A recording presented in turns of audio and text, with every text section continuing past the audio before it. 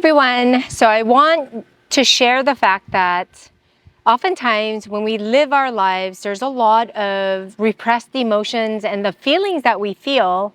And we're also conditioned to suppress them.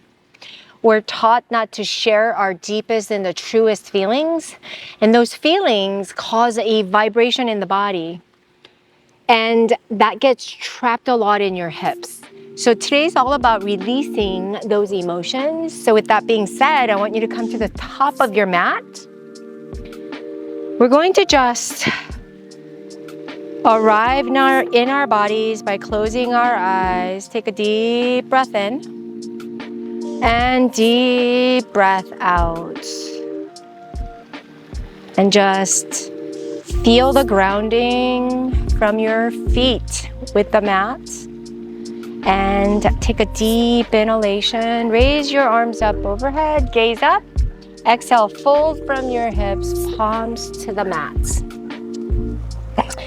Inhale, lift your chest forward, gaze forward, palms flat. Right foot back and gently lower the right knee. Here, I want you to really plug your hands down on the mat and feel into the right hip, mainly the front side of your right hip. I like to go forward and back, maybe even lift the right knee up, lower it down, lift it up, bring awareness to how much of a stretch and pull do you feel. And then from here, really ground through yourself and then point and untuck your right toe. Tap that shin, and then with awareness, start to bend that knee. And then that's gonna tug away at the front side of your right hip, all the way down to the knee. And it's gonna be pretty intense because now we've kind of taken the thigh muscles of the front side out of it. And then from there, just guide it down. And then maybe just really ground through the left foot. And then even manage to come down on your elbows. And just breathe into this left hip. Being aware of the fact that we tend to hold poses when we face obstacles, not poses, but we tend to hold breath when we face obstacles and challenging poses. Much like life, I believe we mirror our experience, what we experience on the mat in our lives. So just notice what you're feeling. Some of you might be silently thinking, I can't even go that far. If that's you, pull out of it and just guide into it. Any part of the pose is still a pose. But once you go to your edge, whatever that looks like, just go and breathe into it and see if you can let go. The art of letting go and then finding and connecting your breath, I believe, is the work we do in yoga. It's about overcoming and connecting with our minds. And I want you guys to really get the purpose of it, to release the trapped emotions in our hips. It's the largest joint in our body. So from here, you may want to, maybe not, flex your toes up to really maintain the integrity of your ankle. And then maybe go side to side, further getting into the external rotators of your left hip. And then from there, guide your hand back as you draw the knee back. Bring the left hand on the outside of the left foot. Lift the right knee. And then maybe if you have it in you, push back left foot, shift and lower down. Or you can just meet me in downward dog. Tuck, lift, downward dog. And from here, we explore the opposite side. So now, I want you to step the right foot forward and gently lower the left knee. And from here, just bring awareness to what you feel on each hip and see which side is tighter, and choose instead to really ground through the right foot.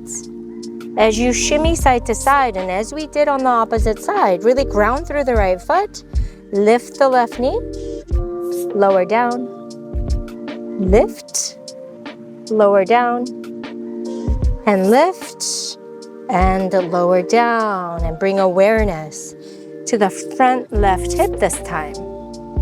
And just choose to find your breath. Without the breath, your body holds on and your blood becomes very acidic and from the inside, right? So you want to make sure we're not toxifying our body by holding.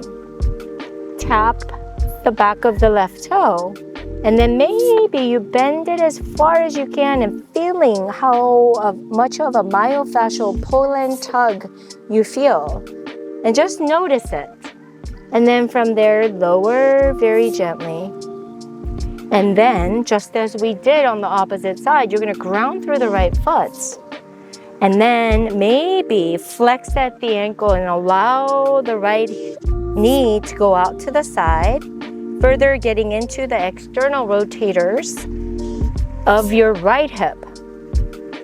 Energy works very differently, or it's very profound for the body, and does have a physiological effect. When we feel our emotions, our heart rate rises, and sometimes if we're angry, blood pressure raises. If we're sad and depressed, blood pressure raises. So any negative feeling typically will raise your blood pressure when you're upset and such. Definitely has the physiological effect, and then when we repress those feelings, it's got to go somewhere in the body. It'll get trapped in your joints first and foremost, just as we did on the other side. Come down carefully onto your knees, still on the pinky edge of the right foot, allowing the knee to go to the side, grounding through your elbows, noticing what you're feeling. And then from there, gently bring it back. Bring the right hand on the outside of the right foot, lift the left knee, shoot the right foot back, and gently shift forward, lower down, or press back into downward dog. Here we are. Pull the navel to the spine, really shoot the hips up. This too is a form of hip stretch. Maybe alternate side to side knee bending. Digging the heels, then pushing the floor away, deep in breath and deep out breath. And gently bring your knees down. But when you bring it down, make them wide. Untuck your toes, sink your hips back, another hip stretch. But this is an opportunity for you to let go. Deeply release any of the emotions you might be holding. You may sway your hips side to side, get further into the nooks and crannies of your hips, thereby connected to your breath, releasing any residual negative emotions trapped in your hip. And from there, find your hands, anchor through your hands, and roll your spine forward, and gently tap your hips down as you extend your spine up. And then come back, crossing at your ankles, seated, facing the side of your mat. And then I want you to bring the soles of your feet together. And rather than in this Baddha Konasana position, rather than just forcing your stretch, I want you to bring awareness to the outer hips by pushing it down with your thighs. Pushing it down with your muscles sort of activates those muscles to further bring awareness deep into your hips. And then from there, you want to grab the inner arches of your feet, open it like a book, shift up, and go forward. Those of you who find yourself like hyper bent from your low back, I want you to bring awareness to that and use a block to elevate your pelvis. And stay right here. Deep breath in, close your eyes, connect to your hips.